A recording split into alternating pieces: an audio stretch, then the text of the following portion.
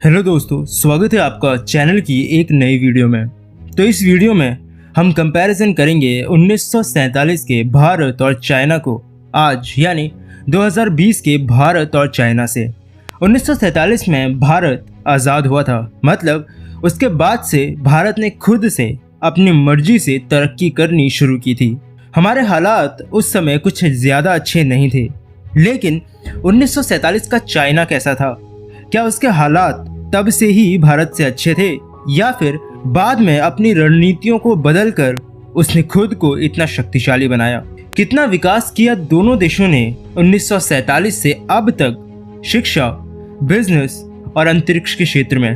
तो जानने के लिए देखते रहिए इस वीडियो को। हेलो दोस्तों, मेरा नाम है दीपक, आप देख रहे हैं इट्स इनक्रेडिबल फॉर यू। तो चलिए शुरू करते हैं।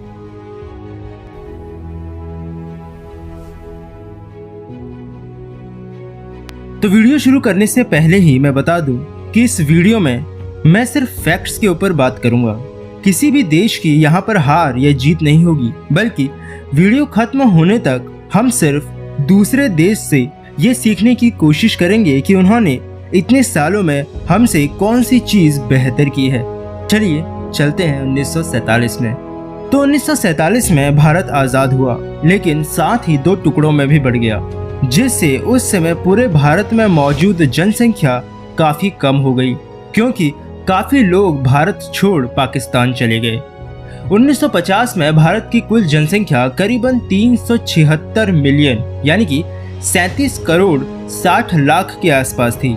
वहीं दूसरी ओर चाइना उस समय अपने सबसे मुश्किल दौर से गुजर रहा था। 1949 में चाइनीज सिविल वॉर हुआ था चाइना की दो पार्टीज के बीच में। पहली थी चाइनीज कम्युनिस्ट पार्टी और दूसरी चाइनीज नेशनलिस्ट पार्टी। वॉर जीतकर चाइनीज कम्युनिस्ट पार्टी ने पीपुल्स रिपब्लिक ऑफ चाइना को स्थापित किया और उसी समय ताइवान से लड़ रही दूसरी पार्टी ने चाइना छोड़ने का मन बना लिया। लेकिन फिर भी चाइना आज भी अपना हक ताइवान पर जताता है और तब से अब तक चाइना में कम्युनिस्ट पार्टी का ही रूल है, यानी वहाँ कोई डेमोक्रेसी नहीं है। 1950 में चाइना की कुल आबादी करीबन 554 मिलियन यानी 55 करोड़ 40 लाख के आसपास थी। उस समय इन्हीं जनगणनाओं के आधार पर यह पता चला कि 1950 के दशक में भारत का लिटरेसी रेट यानी साक्षरता दर करीबन 18.35% था। मतलब इतने लोग ही भारत में उस समय लिखना या पढ़ना जानते थे। वहीं चाइना में उस समय लिटरेसी रेट 20% के आसपास था, यानी पूरे चाइना की केवल 20% आबादी ही उस समय लिख या पढ़ सकती थी। आज के हिसाब से ही उस समय भी किसी भी देश के विकास को नापने के लिए जीडीपी यानी ग्रॉस डोमेस्टिक प्रोडक्ट एक अहम भूमिका निभाता था। 1960 के दशक में भारत की नॉमिनल जीडीपी करीबन 36 बिलियन डॉलर्स थी। वहीं चाइना की जीडीपी उस समय 61 बिलियन डॉलर के आसपास थी। यह नंबर शायद सुनने में ज्यादा लग रहा हो, लेकिन उस समय चाइना की जीडीपी की ग्रोथ में जैसे ब्रेक सा लग गया था। अगले आने वाले 10 सालों में चाइना दुनिया की 10 सबसे बड़ी अर्थव्यवस्थाओं की सूची में से भी बाहर हो गया और असल में इसका एक कारण था और वो थी वहाँ की कम्युनिस्ट पार्टी। 1960 से 1970 के दशक तक कम्युनिस्ट पार्टी के लीडर्स सिर्फ यही सोचते थे कि हम किसी बाहरी देश से ना तो कोई मतलब रखेंगे और ना ही वहां से किसी भी चीज का कोई इंपोर्ट करेंगे। उस समय उनका ध्यान ज्यादातर सिर्फ इसी चीज पर रहता था कि कैसे ताइवान और साउथ एशिया में अपना वर्चस्व बनाया जाए। आप मानोगे क्या कि 1960 में चाइना में अफ्रीका के मुकाबले 2 गुनी ज्यादा गरीबी थी, जिस वजह से उनकी इकोनॉमी भी वो रफ्तार नहीं पकड़ पा रही थी जो उस समय बाकी देशों की थी। लेकिन 2019 में 14.17 ट्रिलियन डॉलर्स की इकोनॉमी के साथ चाइना नॉमिनल जीडीपी के मामले में दुनिया की दूसरी सबसे बड़ी इकोनॉमी था और पीपीपी यानी परचेजिंग पावर पैरिटी जीडीपी में तो उसने अमेरिका को भी पीछे छोड़ दिया है। चाइना 27.31 ट्रिलियन डॉलर्स की ट्रिपल पी जीडीपी के साथ दुनिया की सबसे बड़ी अर्थव्यवस्था है। वहीं भारत 2019 में 2.9 ट्रिलियन डॉलर्स की नॉमिनल जीडीपी के साथ दुनिया की 5वीं सबसे बड़ी अर्थव्यवस्था था। वहीं ट्रिपल पी यानी परचेजिंग पावर पैरिटी जीडीपी के हिसाब से भारत इस वक्त दुनिया की तीसरी सबसे बड़ी अर्थव्यवस्था है। तो फिर आखिर चाइनीज अर्थव्यवस्था में इतना बड़ा परिवर्तन आया कैसे? आसान भाषा में आपको बताऊं तो सिर्फ एक आदमी की वजह से। उनका नाम था डेंग जाओपिंग, जो 1970 के आखिरी दशक में कम्युनिस्ट पार्टी के लीडर बने और शायद चाइना के लिए एक नए मसीहा भी। उन्होंने 1978 में चाइना में इकोनॉमिक फोरम का इंट्रोडक्शन करवाया, जिसने चाइनीज इकोनॉमी को पूरी तरह से बदल कर रख दिया। उन्हें पता था कि ग्रोथ करने के लिए सबसे पहले उन्हें खुद की ही पॉलिसीज को बदलना पड़ेगा, जिस वजह से उन्होंने सबसे पहले डीकलेक्टिवाइजेशन ऑफ एग्रीकल्चर करवाया। मतलब वहाँ के किसानों को ये अधिकार दे दिए कि वो जो चाहें और जैसे चाहें अपने खेतों में उगा सकते हैं। उन्होंने बाहरी देशों से भी अपने रिश्ते सुधारे और वहाँ से इन्वेस्टमेंट और फैक्ट्रीज चाइना लेकर गए। मतलब आप ये कह सकते हैं कि 1980 के दशक में चाइना ने मेक इन चाइना जैसा प्रोजेक्ट शुरू किया। इससे रैपिड इंडस्ट्रियलाइजेशन हुआ, लेकिन साथ ही जनसंख्या भी बढ़ने लगी, जिस वजह से वहां पर सरकार ने सख्ती से वन चाइल्ड पॉलिसी लागू कर दी, जिसका असर भी आज जनता में दिख रहा है। और इन्हीं सब का परिणाम है आज का मॉडर्न चाइना। इसीलिए उस लीडर को आर्किटेक्ट ऑफ मॉडर्न चाइना भी कहा जाता है।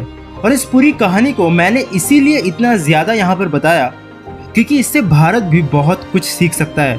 1970 के दशक में जहां चाइना और हम बिल्कुल एक जगह पर खड़े थे, आज 50 साल बाद चाइना उस दौड़ में इतना आगे निकल गया है कि उस तक पहुंचने के लिए कड़ी मेहनत और सरकार के कड़े कदम उठाने बेहद जरूरी हैं। लेकिन एक चीज जिसमें चाइना और भारत दोनों ने ही लगभग बराबर से बढ़ोतरी की, वह है प्रदूषण। दुनिया की 20 सबसे ज्यादा प्रदूषित शहरों में से 13 भारत के हैं और वहीं 2 चाइना के भी। और सबसे कमाल की बात यह है कि टॉप के 2 शहरों में से एक भारत का है और एक चाइना का। किसी देश के लिए डेवलपमेंट बहुत जरूरी होता है, लेकिन साथ ही प्रकृति को स्वच्छ रखना भी उसी देश के नागरिकों का कर्तव्य होता है। खैर, अभी चल रहे कोरोना वायरस की वजह से शायद कुछ शहर आने वाले कुछ समय के लिए साफ हो गए हों, लेकिन फिर भी दोनों ही देशों की सरकारों को इसके लिए कड़े कदम उठाने चाहिए, नहीं तो भविष्य में ये दोनों ही देशों के लिए एक मुश्किल सबक बन सकता है। तो फिर भारत और चाइना दोनों ही दुनिया की 2 सबसे ज्यादा जनसंख्या वाले देश हैं। तो फिर यहाँ रहने वाले लोगों के हालात कैसे हैं? किसी भी देश के स्टैंडर्ड ऑफ लिविंग को ह्यूमन डेवलपमेंट इंडेक्स के जरिए नापा जा सकता है, जिसमें 2019 की रिपोर्ट के अनुसार चाइना का 85 और भारत का 129वां नंबर था। मतलब ह्यूमन डेवलपमेंट इंडेक्स के मामले में चाइना भारत से कई गुना अच्छा है। यानी चाइना के लोगों के हालात फिलहाल में तो भारत के लोगों से अच्छे हैं। अभी चलते हैं आर्मी यानी कि सैन्य शक्ति की तरफ। इस जगह पर भारत और चाइना का बिल्कुल कड़ा मुकाबला है। फॉक्स न्यूज की एक रिपोर्ट के अनुसार इस वक्त भारत के पास दुनिया की 4थी सबसे बड़ी और पावरफुल आर्मी है, जबकि चाइना की सेना 3रे नंबर पर आती है। भारत करीबन $60 बिलियन इस साल अपनी सेना पर खर्च करेगा, वहीं चाइना का करीबन $237 बिलियन अपनी सैन्य शक्ति पर खर्च करने का अनुमान है। लेकिन जिस हिसाब से चाइना ग्रोथ कर रहा है, ऐसा हो सकता है कि आने वाले भविष्य में कुछ ही समय में वो रशिया और अमेरिका दोनों को पीछे छोड़ दुनिया की सबसे बड़ी और शक्तिशाली मिलिट्री फोर्स बन जाए। लेकिन अगर भारत की ग्रोथ की रफ्तार को भी कोरोना वायरस की वजह से इतना ज्यादा फर्क नहीं पड़ता है, तो भारत भी आने वाले सालों में मिलिट्री में और डिफेंस में जरूर तरक्की करेगा। चलिए अब चलते हैं रेलवेज की तरफ। भारत में रेलवेज ब्रिटिश यानी अंग्रेजों के समय में शुरू की गई थी। वो साल था 1853 जब पहली रेलगाड़ी मुंबई से थाने के बीच चली थी। वहीं चाइना ने 1876 में अपनी रेलवेज की नींव रखी थी। लेकिन आज रेलवेज के मामले में शायद ही दुनिया के 1 या 2 ऐसे देश हों जो चाइना को टक्कर देने की सोच सकते हो। दुनिया की कमर्शियली सबसे तेज चलने वाली ट्रेन चाइना की शंघाई मैगलेव है, जो कि बिना टायर्स के मैग्नेटिक फील्ड की मदद से हवा में तैरते हुए चलती है। और बुलेट ट्रेन और बाकी कई फास्टेस्ट ट्रेन के मामले में चाइना भारत से कहीं आगे है। वहीं भारत में ऑन ट्रैक गतिमान एक्सप्रेस सबसे तेज चलने वाली रेलगाड़ी है। ट्रेन 18 यानी जिसे वंदे भारत एक्सप्रेस भी कहा जाता है वैसे अभी सबसे तेज चल सकती है, लेकिन ऑन ट्रैक उसे गतिमान एक्सप्रेस तक की रफ्तार से नहीं चलाया जाता है। वहीं भारत में हमारी पहली बुलेट ट्रेन का आना भी अभी बाकी है, जो शायद 2022 या 2023 तक पूरा हो जाए। चलिए अब वीडियो को खत्म करने चलते हैं अंतरिक्ष में और कंपैरिजन करते हैं इसरो यानी इंडियन स्पेस रिसर्च ऑर्गेनाइजेशन और CNSA यानी चाइनीज नेशनल स्पेस एडमिनिस्ट्रेशन का। विश्वास कीजिए ये कंपैरिजन आपको इसरो पर गर्व करने का एक और मौका जरूर देगा। भारत का इसरो 1969 में स्थापित हुआ था, वहीं CNSA यानी चाइनीज नेशनल स्पेस एडमिनिस्ट्रेशन 1993 को स्थापित किया गया था।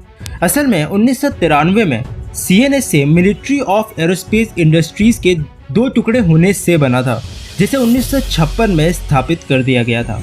चाइना ने अपनी पहली सैटेलाइट भारत से करीबन 5 साल पहले यानी 1970 में ही लॉन्च कर दी थी और आज तक CNSA और इसरो दोनों ही कई बड़े मिशंस को अंजाम दे चुकी है।